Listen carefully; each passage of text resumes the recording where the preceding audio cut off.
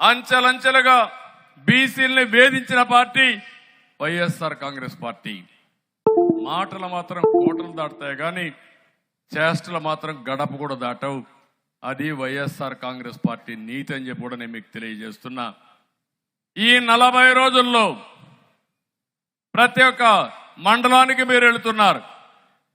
ఆ మండలంలో ఆ మండల పరిధిలో ఉండే తెలుగుదేశం పార్టీ చైతన్యం కలిగిన కార్యకర్తలే కాకుండా ఇన్ఫ్లుయెన్సర్స్ని, ఆ కులంలో ఎవరికైతే పలుకుబడుందో, ఆ కులం కోసం ఆ ప్రాంతం కోసం ఎవరైతే కష్టపడుతున్నారో వాళ్ళు కూడా ఈ మీటింగ్ పిలవండి.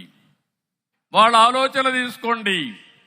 నా ఆలోచన ఒకటి, రాబోయే 20-30 సంవత్సరాల్లో ప్రపంచంలోనే తెలుగు జాతి నెంబర్ 1 గా ఉండాలనేది నా ఆకాంక్ష, నా కోరిక, నా విజన్. దానికోసం నేను పనిచేస్తున్నా. పేదరికం లేని సమాజం ఉండాలనేది నా ఆలోచన. పేదవాళ్ళు ఎక్కువ ఉండే కులం బీసీలు ఉన్నారు. దీనికోసమే ఒక మాట చెప్పాను, నేను P4 అన్నాను. బాగా అర్థం కావాలంటే ఇప్పుడిచ్చే సంక్షేమ కార్యక్రమాలు ఇస్తూనే ఒక్క మాటలో చెప్పాలంటే జగన్మోహన్ రెడ్డి చేసే కార్యక్రమం ఏంటంటే 10 రూపాయలు ఇచ్చి 100 రూపాయలు దోచుకోవడం. నేనిచ్చిన కార్యక్రమం 10 రూపాయలు ఇచ్చి ఇంకా అవసరమైతే 15 రూపాయలు ఇచ్చి 100 రూపాయలు సంపాదించే మార్గం మీకు చూపిస్తా. 100 రూపాయలు సంపాదిస్తే అక్కడి నుంచి 1000 రూపాయలు సంపాదించడం పెద్ద కష్టం కాదు.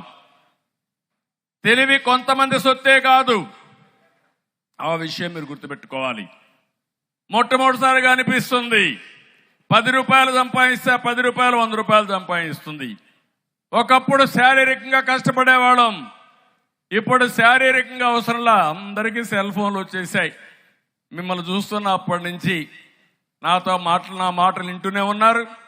కొంతమంది అవసరమైతే ఇక్కడి నుంచి లైవ్ పెడుతున్నారు. మీ ఇంటికో లేదంటే మీ ఆడవాళ్ళకో లేకుంటే మీ పిల్లలకో వినిపిస్తున్నారు. కొంతమంది అయితే మీ ఇంట్లో ఏం జరిగేదో మళ్ళా మీరు మానిటర్ చేసుకుంటున్నారు. అంటే వర్చువల్ వరల్డ్గా తయారైంది ప్రపంచం అంతా. పనులన్నీ రియల్ టైంలో సమీక్ష చేసుకునే పరిస్థితికి వచ్చేసాం. అందుకే నేను ఆలోచించేది, ఈరోజు నేను చేసిన పని మీరు ఒక్కసారి ఆలోచిస్తే 25 సంవత్సరాల కంటే ముందేసిన ఫౌండేషన్ ఈరోజు హైదరాబాద్ ఒక నమూనా. హైయెస్ట్ పర్ క్యాపిటల్ ఇన్కమ్ దేశంలోనే.